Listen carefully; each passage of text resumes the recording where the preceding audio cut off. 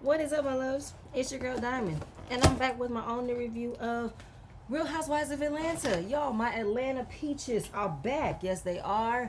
I cannot wait for this season. Let's see what they come up with. So, this season opener was very interesting. All right. I don't know. Like, it didn't open up the show like it normally did. We just saw a dark room where Cynthia was walking in. I don't know what the purpose was. I thought it was Porsha walking in, and then we see her watching a big projector screen about what's going to occur this season, and then that was it. You know, it just cut off, and she say, "What else is going on?" When Cynthia turned around, I was like, "What the fuck is this?" Like, I'm not gonna hold y'all. Like, I don't know what y'all tried to do. Y'all gave us a futuristic way of, I don't even know how to explain it. Because it doesn't make any sense. What is the purpose of Cynthia being a part of the season opener? Cynthia is a friend of the show. Like, okay. But nevertheless, we started with my girl Angela. All right. She's at her house cooking her and Charles some food. She might be burning the food, but Charles tastes her food. And then we get into what's been going on in their lives since last season. Apparently, Charles was on a podcast where he was asked why did he get married, and he said that somebody must have something in my drink that night. And you know, we recognize this from Charles last season. Charles has a very dark sense of humor that a lot of people did not find it cool. I know I didn't. You know, it felt like he was coming from a negative place in his marriage, and Angela didn't like it. She said it was whack. And you know, I skipped something. The reason why that bothered her was because when her daughter came outside to offer them something to drink, he said, "Let me get something to drink." And she said, "Make sure it's clear so you won't say somebody poisoned you." Because that's what he insinuated in the podcast, that somebody must have poisoned him to want him to wonder about getting married. And Angela went off to say, "Listen, I don't know why he's acting like he didn't want to marry me, because he was the one who had the idea for us getting married. He was the one for us to want to go to Vegas and get married. It was all his idea." And he was like, "I didn't say it was you that drugged me." But she was like, "Who else could have did it? Like, I've been married to you for the longest, so who else were you thinking about that could have set it up for you to force to be married? That could have set it up for you to be marrying somebody that you didn't want to be married to?" And he apologized, and he's still here. Angela said she is not going to care about any more rumors pertaining to Charles, okay? Because we all know from what happened last season, Angela felt the way about Phaedra, making it seem as if she didn't know that Charles was married to her, and Junebug and all that, and then some. And while she is just going on and on and on about how she don't care what people tell her about Charles, he could be messing with the candy lady down the street, he could be seen wearing a bald cap, she does not care. But Angela, you say you won't care about what's being said about Charles, but I feel like you're going to be stepping into a line of fire to defend Charles, okay? And then when they had a moment to hug, she had to tell him, "Hug my booty, hold my waist, give me a kiss." And it's like, girl, why do you want him to portray feelings and affection on camera when you know that's not what he does? You know that's not how he operates. Like, Angela, I don't want you to do the most this season, constantly trying to defend your relationship with Charles, okay? I believe Charles loves you. I believe Charles is happy to be with you, but he doesn't show it, and that's fine. That's just how he is. Now, we don't like it, but that's just how he is. All right, moving on. We got Porsha. Porsha heads over to see one of the newcomers, which is K. Michelle. She has known K. Michelle for a long time. People say they look alike. I don't really see it. And K. Michelle introduces herself. She said, "Y'all might know me as K. Michelle, but to my family and everyone in the country world, I am Puddin'." Are you sure it's just your family? I don't know if your fans or anybody else know you as Puddin'. And we all know she's a singer. She's a mom. Seeing the photos of her son, he has grown so much, right? I can't remember the last time I even saw her son. Maybe when she had her reality show way back when. And if we don't know K. Michelle's story, let me give you the rundown. I listened to K. Michelle's single way before she got selected on Love and Hip Hop, right? I was a fan from that point. And then when she came on Love and Hip Hop, I was automatically a lover, okay? And we all know she's sold plenty of records. She's been nominated. We know her story. And as well as her time of Love and Hip Hop, and how on Love and Hip Hop, that's how she pretty much gained her stardom in a way where she expanded upon that, elevated from that, and had done other things. But knowing that she wanted to pursue music, her favorite type of music was country music. Now, the label made it seem as if she wouldn't make it as a country artist because she is better in the R&B lane. But no, lots of people have pivoted from where they started off. Lots of people have made features and singles with other artists from different places. It's not just one thing. You're not just a one genre type of artist. And it's been done. So now that she's made plenty of R&B albums, it's time for her to do her country music album. And she was inspired by Beyonce doing her Cowboy Carter. And she also received flowers from Beyonce, trying to show her support. Can't wait to see her show and all that. And she's going to go for it. I'm here for that, K. Michelle. I ain't got nothing against that. Love it. So then we have Porsha telling us that her divorce is final. You know, the divorce that she didn't want to talk about when she returned to the show last season. And she is still living in the marital home for the time being. And there have been other lawsuits going around between her and Simon. And she also is telling her that she's having a dinner party, but it is a couple's dinner party. So everybody's going to bring their spouses or somebody that you're in a situationship. And then K. Michelle tells us that she is also married. And she has been recently married to her high school sweetheart, Caston, who we have seen her with countless of times. If y'all remember Caston, I remember him from Marriage Boot Camp. I remember he was a part of her life when she had her own reality show, which she was trying to figure things out in their relationship. And it's only been a couple of weeks. While they've known each other for a long period of time, they just decided to go to the Justice of the Peace in Nashville and say, I do. Now, my thing is, I think she did that because she knew that she was going to get questioned about her relationship status onto the show. So she said, let me go ahead and take it one step further and tell y'all, oh, by the way, I'm married. So y'all can't dissect my relationship. Y'all can't make it seem I'm not in a real relationship because I am. And then we're talking about Porsha. Who is she going to bring? And she got a little friend that she's going to bring. And then she's talking about Shamia, her best friend. She said, oh, you mean my ex-best friend? And I think K. Michelle knew that. And how her and Shamia are not in a good place. And it wouldn't be right to exclude her from hanging out with the rest of the ladies. And then Porsha introduces the conversation about how we have another singer in the group, which is Drew Sidora, a fellow singer. And K. Michelle instantly got emotional because she has had a lot of turmoil with being in Atlanta, and that Atlanta is really a mean girl city, you know? And I know she's going off about how her time on Love and Hip Hop wasn't really a welcoming one. Yes, the story about her being abused by her ex that nobody really believed. But then again, K. Michelle, that was tough for you to come on the show and admit, but you navigated through that. You have navigated through plenty of seasons on that show, and you have also engaged in messy situations as well. So you are not a victim after all of that. You know what I'm saying? You have engaged in other conversations and other situations where you have been messy, threw the rock and hide your hand, and then you had your own reality show and that was messy as well. So I understand all that. And yes, throughout all the hurt and pain that she's endured, she proved them all wrong. And I love that for K. Michelle, but let's not do that, K.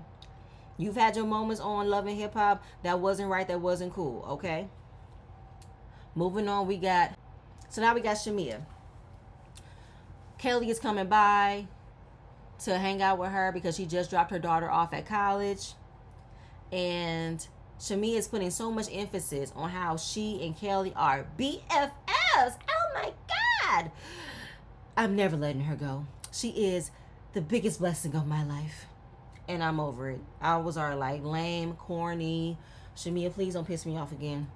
And they're just chit-chatting, about how Kelly got emotional that she sent her firstborn daughter off to college. She's at Spelman, and she wants to be responsible. She said, don't go out the gates.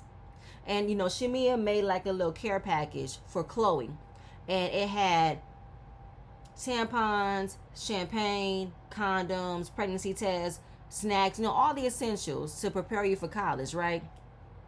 And she felt the way about the pregnancy test and the condoms. And finding out that already Chloe went over to the Morehouse, which is right next door. And she's already feeling nervous. But hey, you want your daughter to be prepared though, Chloe. I get it. I thought it was a funny gag that she put the pregnancy test in the basket, but I hope that you have advocated to your daughter about birth control, about safe sex, and this is just to prepare. While in college, you going to experience a lot of new things, and you might not even experience a lot of new things, but that is a time for you to figure things out for yourself. That is a time for you to start your own journey being an adult. So Kelly, you should be thankful that Shamia did this, and I hope that you are recognizing that you did your part by sending your firstborn daughter off to college.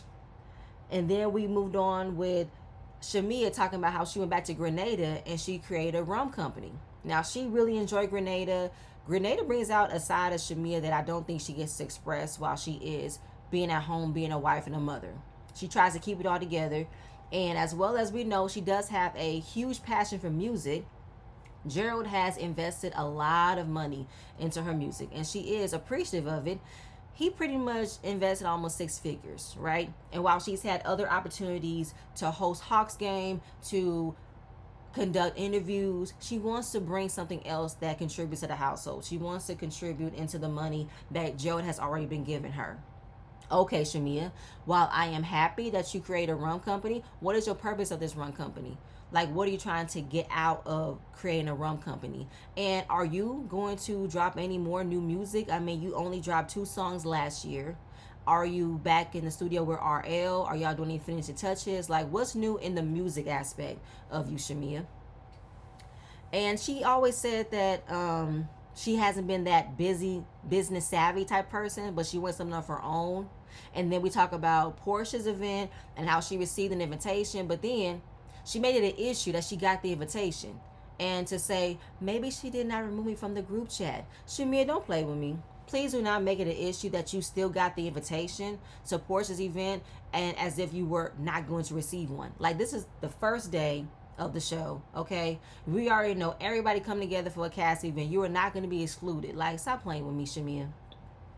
Then, Shamia also talked about how her and Porsha had a back and forth through text message about what transpired at the reunion, because Shamia was looking back at the reunion and realized there were some things she didn't catch, some things she did not hear clearly about. So they ended up talking about it. But we all know that watching Shamia and Porsha's friendship last season was a clear indicator that Porsha was not really a true friend to Shamia like Shamia was to her. And you know, Shamia always has the longest confessionals because y'all give her way too much time to get her to express how she feels about something. So she couldn't read what the messages were, and they were nasty. So she decided to mime them, where she is doing a whole lot of moving and hand moving. You got the middle finger up. You got the, oh, we about to knuck if you buck. Like, she is just doing a whole lot of gestures in this confessional, and I damn near lost my mind because it was so fucking funny. That Shamia is just this fucking animated, and at times it's funny and at times it's annoying. It's like, oh my God, girl, I can't do it with you. And we also wondering if Gerald is going to come to the event. We saw the flashback of her telling him about the event, and he looked like he didn't want to listen to the message. He really didn't give her an answer, but that's pretty much in a nutshell that he ain't going. So as far as knowing it's a couples event, they're so concerned about who Porsha is bringing, and Kelly does the absolute most. I swear to God, she is so annoying. This little hobbit, shout out to Brady, is so annoying. All right. And yes, it is weird that she decided to have this party in her marital home that she did not showcase last season as the first party of the year, and she's bringing a new man into the home that she shared with her now ex-husband. Yeah, bold as fuck, right?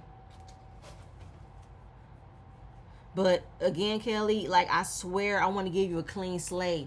But every time I'm trying to give you an out for you to, like, be good, you do something and you're back teetering where I'm just annoyed with you.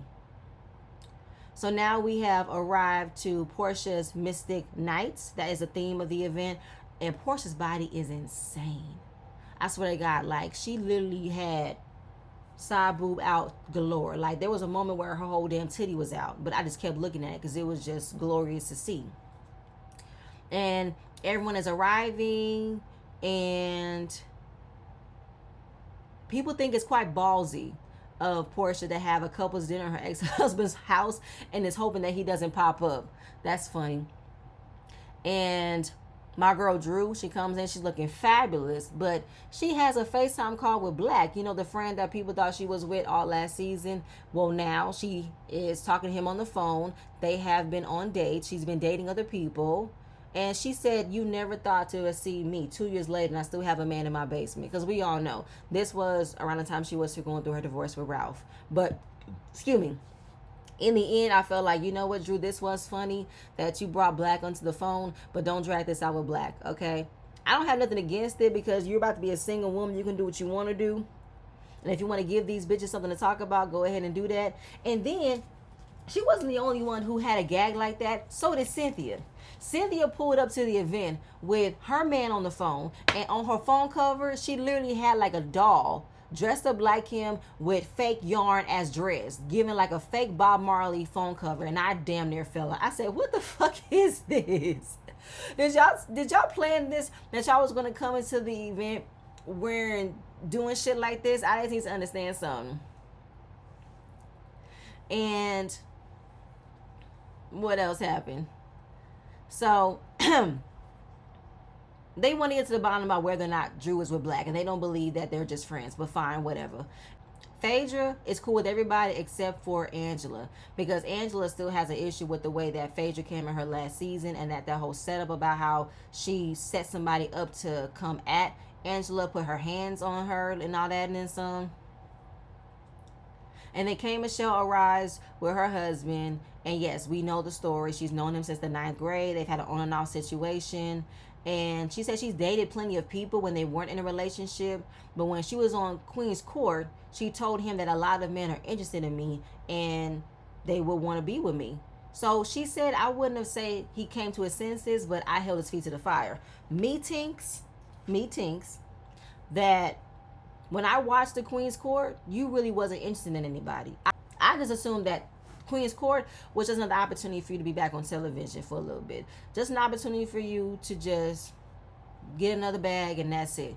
I really don't think it had anything to do with casting, and I don't even think you liked anybody onto the show. I saw it. You really didn't have a lot of interest in anybody, and I feel like casting was somebody you were so familiar with because you've had a long history with him. And I think you pretty much told him, listen, I don't want to date nobody else. Okay, we got to get this right. So you better be ready for me now, all right? Because I'm ready for this. So Drew and K. Michelle, they meet. She said that she doesn't know K. Michelle that well, but she did throw a little shade out there that I heard that she was a singer. Or is she still a singer? I don't know. Listen, I understand how folks felt like that was a bit too much for Drew to give to K. Michelle when she just met her, but let's not get it twisted. Knowing what is going to take place between K. Michelle and Drew, it's a possibility that Drew probably replied to the shade that K. Michelle threw her. I don't have nothing against K. Michelle. As y'all heard me say, I am a huge fan of hers. But I have seen K. Michelle be messy, antagonize, and start shit with people. So, under the guise of sometimes her just being an asshole, she doesn't think what she says is a problem, but she does do it. It's telling me that Drew was responding to the shade that K. Michelle threw. And it couldn't be that. It could be Drew just talking shit just to talk shit, okay? So I don't want to have it where Drew is gunning for K. Michelle, but we all know K. Michelle can read. So then we see Porsha's man friend, this huge ass, big bear of a man, walk in. And I was like, who is he? He looks so familiar. Now, she wants to say that this is the first time she has introduced somebody to her friends other than Dennis, because they didn't meet her latest ex-husband. No, there have been people who met him. You just hid him from the other people you didn't want to meet him. That's what it is. And then we get introduced to Pinky Cole, founder of Slutty Vegan. And I remember her. I want to try her food and how she is that girl. You know what I'm saying? She's on the cover of Forbes. She created a $100 million brand. Oh, so she's been her ever since she came into Atlanta. And how she met her baby daddy in Atlanta. She's a wife, she's a mother, she's everything. Now, Shamia is pre-gaming at her house where she is going to take a shot of her own rum. And Pinky Cole and her husband are going to also pre-game with her as well. But I'm wondering, how long are you going to pre-game, Shamia? Aren't you supposed to be making your way to Porsha's house? So now Porsha is introducing the rules of the event where she's expecting everything to be fun, be lighthearted. And then Kelly comes in with her date. His name is Trey. K. Michelle said Trey's for everybody. I said, oh, wow. How you know it's for everybody? Yeah, we all know Kelly is newly divorced as well.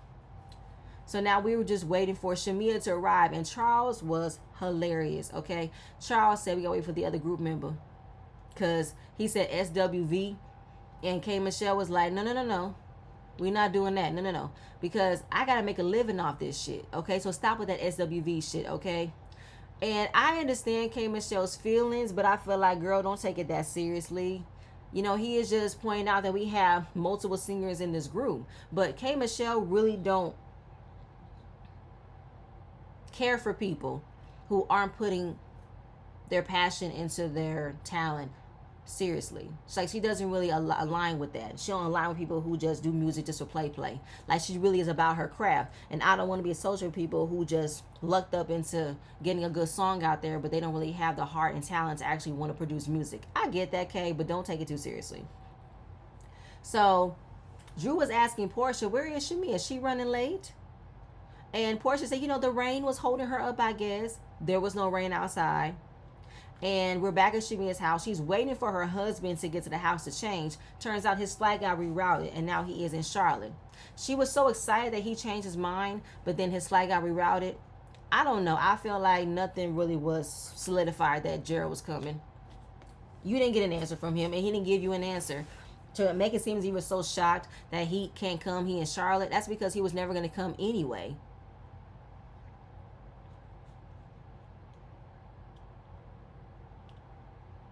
So everyone's wondering what is going on between Porsha and her new friend. Is this a serious relationship? What was the timeline? She said that they started to talk after the pandemic, which is very interesting because weren't you with Simon around the pandemic? So you was messing with both of these guys at the same time, but since Simon was what you wanted at that moment because he had the lifestyle, he had the money that he said he had, you went with the highest bidder. Got it.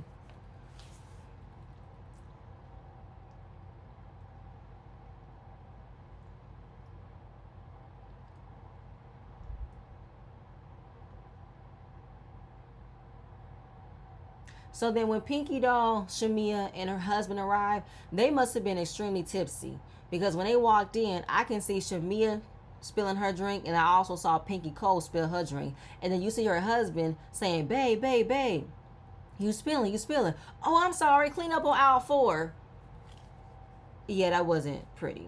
I don't know. I didn't find that really too good. I found that distasteful. That one, how late was y'all getting to this event? And you came very tipsy and you spilling liquor all in my house. I don't really like that. So Shamia is wondering how is she going to navigate seeing Porsha after their nasty text exchange. I wonder if it's all a setup.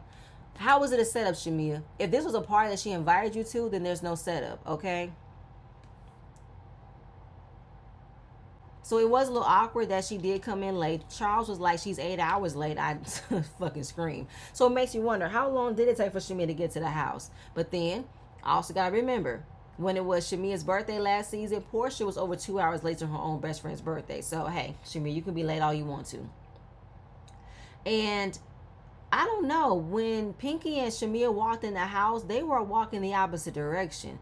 Like, they were walking to the people that they wanted to say hi to, and they did not instantly walk to the host and said, hi, thank you for coming, hi, how are you? Like, I didn't think that was really cool as well. And Shamia want to say, I'm just going to be mindful of the energy that she gives me. So if she gives me good energy, I'm going to be on good energy. And I really wasn't trying to give her a hug. But when we see the flashbacks, Shamia, you were trying to give her a hug. And by the way, your body is everything. I love that mohawk you had, that mullet, fabulous. And, Phaedra, she's always got to do a deep dive on somebody's body. You know what I'm saying? She said, good God almighty. I don't know what Shamia has done. It looks like a possible 360. I mean, if you can afford it, you do it. You know what I'm saying? If you can't do it, then inject it. So Pinky and Kelly, they have some kind of history because according to Kelly, Pinky is not a girl's girl. They did a couple of panels together, and I think Kelly once sent her a message out, and she left her on red. I wonder why, Kelly. And I feel like you're not a girl's girl either. And then she's talking about what Pinky was wearing. I mean, Pinky, you did have a jumpsuit on that's fastened on your head and red sandals. I don't know where you thought you were going. But again, Kelly, you really cannot judge anybody because you've had horrible outfits on your season. All right, you were wearing clothes that were too fucking small, knowing you got big ass titties and a small ass frame. You are in no room to judge about how somebody isn't wearing clothes that well. So Pinky and K Michelle, they're very good friends. One of her investors is a Delta, and we all know K Michelle is a Delta. So they have that connection. Love that. And Drew really had Black on the phone all throughout this damn dinner. And K Michelle had me fucking screaming. Like, I didn't know that Drew's date had a ring light on. Yo, and then when she talked about Shamia with a whole new body and a mohawk, then I see a white woman with a wig on and a violin. This is some Tyler Perry shit. Yeah. I when I tell you I couldn't breathe almost every time K Michelle said something, she had me screaming. So Porsha created a game called Who Did That? And the first question was to Angela and Charles about who made the first move in the bedroom. And Angela said he admitted it. He admitted he wanted it on the first night. But then Charles was the opposite. He said he didn't want to have sex with her. He wanted to get in his car. She got into her car. I was like, fuck, Charles. Why can't you just let her have one? Like, why do you have to be against everything that she says? It's like you don't want it to be known that you and her have a good relationship. You want to be the opposite, and it's making Angela feel away. We can see it in her face. Oh my God. Okay. So K Michelle was asked who was the one who initiates an argument but then won't make up sex after that. K Michelle misses her. And Caston said that she's very good at it, okay? She's perfected it. Then a question was asked to Pinky and her husband. Have you guys had any public moments? They did. They bought a property in Birmingham. Their realtors on the first floor. They were on the second floor, and they christened the house. I was like, how long were y'all in that house? And how long did it take for the realtor to know y'all was taking too long upstairs? I just want to know. And he said, that's why we have had 3 kids in 3 years. Okay. Yes, so a question was asked to Shamia. What would you take from your last partner to upgrade your new partner? Like anything you might have missed from your last partner, you will want on your new partner. And she put emphasis on the fact that there is nothing she'll take away from Gerald Mwangi. Like, here's everything. He's amazing. I would never do that. So when he's brought up in the conversation, Drew asks, oh, well, why isn't Gerald here? I was wondering about that. So she came so defensive at Drew with saying the same reason why your man's on that phone. Oh, he's traveling? Yes, that's a good guess, though. That's a good guess. And I just don't understand the energy that Shamia is giving Drew. Are you mad that she called you out for being a lap dog? Is that what that is? And I just feel like Shamia really didn't want to come to this event by herself. She wanted her husband there. And I guess you can't really convince her husband to do anything he doesn't want to do. So that is what it is. But Shamia is just like annoying at times. Like, she just be ready to pounce for no reason, you know? And then Cynthia was like, I don't know why Drew had to call her out about Gerald not being here. He's usually not here. I wasn't even thinking about seeing him today. And I don't even think Shamia thought she was seeing him today because he's never here. I get that, Cynthia, and you're just wondering why is Drew bold enough to say it out loud. Well, hey, he don't be here. And if you wanted to make it seem he was going to be here, then I should ask, why isn't he here? But fine, whatever. So they had a back and forth. I don't know what to take of that. And then it was a question asked to Shamia, have you had a sex dream about anybody? But she reversed it and wondered if anybody had a sex dream about her. And then Pinky asked Porsha when was the last time her and her new friend were intimate. She said 9 months. Knowing how freaky and sexually, you know, not fluid, but, well, hey, how sex just exudes from Porsha. You really did not have sex for 9 months with this man. I don't know if I believe that. One, I don't even believe this situation. I don't believe this relationship. I know that much. But it probably wasn't him. You was probably having sex with somebody else. And then they also made a joke about how it would look if they were at the altar together. And it was funny to see. And then they kind of like separated. You know, the men went outside, smoked cigars. The ladies went to another room to continue on with their conversations. And then Kelly makes it obviously known that Shamia and Porsha are in a odd space and wonder, are they going to move forward to be in a better space? Are they turning a new leaf? Porsha said, I don't know if it's a new leaf, but I know that I have had closure in my last conversation. I have no ill will. I'm cool. And that's all Shamia wanted. All Shamia wanted was to make sure that that energy was reciprocated, and it was good energy. And then Cynthia said, is there any beef between her and Drew? Drew said, I'm here. She's there. I have no issue. So then we talk about Shamia's stupid ass apology on YouTube, where she really did not expound about what it is that she should have apologized for. And I love Drew's impersonation of Shamia. It was hilarious because that's exactly what it was. It wasn't sincere. It was dry. If you don't even know why you're saying sorry, then what's the point of you saying sorry? You're only saying sorry is because you got your ass handed to you all over social media with the way you treated Drew and everybody else. And Drew even called it out about how you said you went light on me at the reunion. And that's what she said in her video. She made it seem as if is that she really could have took it there with Drew but didn't want to. So it's kind of like, if you are going to open up with an apology, then why would you make it seem as if you could have went harder on me on the reunion? Like, girl, get out of here. So then Cynthia wanted to have a conversation and squash it, but Shamia didn't want to do that. She didn't want to apologize. And here go Drew. Well, it's crazy how you don't want to apologize to me in front of everybody, but you wanted to apologize to me on YouTube. It is very interesting. And then Shamia wanted to call Drew out about how she's not being a good friend to Angela because she went and talked to Phaedra about how Drew didn't believe the so-called receipts that Angela had about what Phaedra might have done. And Phaedra said, yes, Drew did come by my dressing room to say she wanted to get to know me better. And she also said that the receipts that Angela had really wasn't believable. But Drew cleared it up by saying, I told my friend that. I said that I wasn't sure if I believed that. So there's no secrets here. And for Phaedra to say that I don't really want to get to know anybody who will go so hard to frame somebody. Excuse me? Phaedra, you will never escape what you did to Candy. You will never escape that. No matter how hard you try to block it out of your mind, act like a new season is going to change what you've done in the past, we will always remember that. Okay, Phaedra? And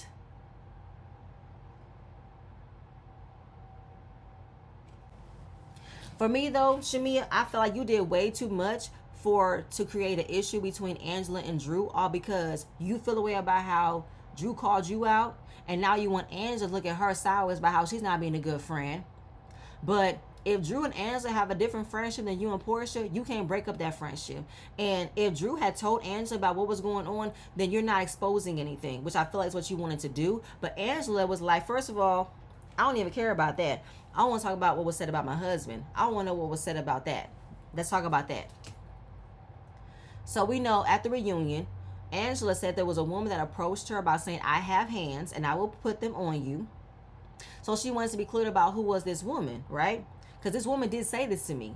And then Phaedra said that she ordered to request the tapes from the Hawks game to be reviewed and that she can get the tapes. So they were like, okay, bring the tapes. I want to hear what happened. Because Phaedra said that she did not approach you. She did not say anything to you. Okay, so if you have that clear understanding, then let me hear it for myself. So in her confessional, the producers asked Phaedra, have you seen what's on the tapes? Phaedra stuck, glitching, having a hard time swallowing, knowing she's about to lie warrior. She's about to do her lie warrioring and say, no, I haven't seen the tapes, but I have asked them to be reviewed. But you said that you've seen them. You said you had the ability to order for them to be requested. But now in the confessional, you haven't seen them and you put an order to request them. So what are we doing here, Phaedra? Do you have the tapes or no? Do you have the ability to see them or no? You lying again, Phaedra? Sounds to me you lying again. And watching them go back and forth, K. Michelle said, I am not cut out for this. This is not what I expected this to be. I thought I was going to be a bougie African American doing bougie American things. But it's like, K. Michelle, girl, I know Bravo is a step up from Love and Hip Hop as far as network, but Bravo has just enough ratchetness as Love and Hip Hop does, okay? Don't act like you are so above being a part of mess when you've been a part of mess since you started reality TV, okay? Let's not do that. Let's not be so far removed from you acting like you don't know how drama incites, how drama goes on. Don't act like it. Do it. Don't. So K. Michelle rather sit with the men and her husband than to deal with that, okay? Angela went and followed her. She said she wants peace. And here comes Kelly, the little midget, wanting a moment from Porsha and wanting to know what is going on with her and Shamia's friendship. She wants to know what was said in the text messages. First of all, you already know what's in the text messages, because I do believe Shamia told you. But Porsha said, what was said between me and Shamia is between me and Shamia, okay? And she didn't like that Kelly was trying to check her and interrogate her about what was said. And it's like, you're antagonizing me. I'm not going to deal with you with that. I'm going to press. I'm going to let it go. I'm not going to swim under the rug. But I'm going to let you know right now, I am not going to address anything other than what me and Shamia got going on with me and Shamia. Okay? And I do think that Kelly is doing way too much, once again, to try to fight her battles for her. You did all last season that got on my fucking nerves. And Shamia is allowing it to happen because she wants somebody to fight for her as much as she fought for Porsha. But I'm telling you right now, Kelly, you're going to do all this caping and saving for Shamia, I guarantee you. When Porsha and Shamia get back cool, you're going to be on the outs, okay? So, everybody pretty much follows K. Michelle outside, and I don't know, for some odd reason, Porsha's man friend decides to step up and says something like, thank you for coming, we appreciate y'all for coming. It's like, you are not the man of the house. Why are you talking? And I think at some point when he was talking, they did they had a effect of seeing Simon walk through. I don't know if that was when it happened or not, but I know that did happen, and I fucking screamed when that happened, okay? And I don't know, the interaction between her and that man was cringy. It didn't look real, because right after he comes in, we know that Sway is going to be introduced in the next episode. And I realized she's going to have more to say about her than him. And you know what else I noticed about him? He was somebody that was on Ready to Love. I realized where I recognize him from. And I do think he's been on other shows as well. But Ready to Love is what I remember him the most. I was like, oh, he's just trying to get some clout. That's it. That's all. And Porsha isn't fooling me that this is a real relationship, because it's not. Okay. Your real relationship is with Sway. Okay. And that's it. That was all. The first episode, it was okay. Like, it wasn't jaw-dropping. It wasn't like, oh, I cannot wait. But we all know there is going to be some moments throughout this season where I'm going to be like, ooh, okay, I see what y'all doing. But anyway, that's it.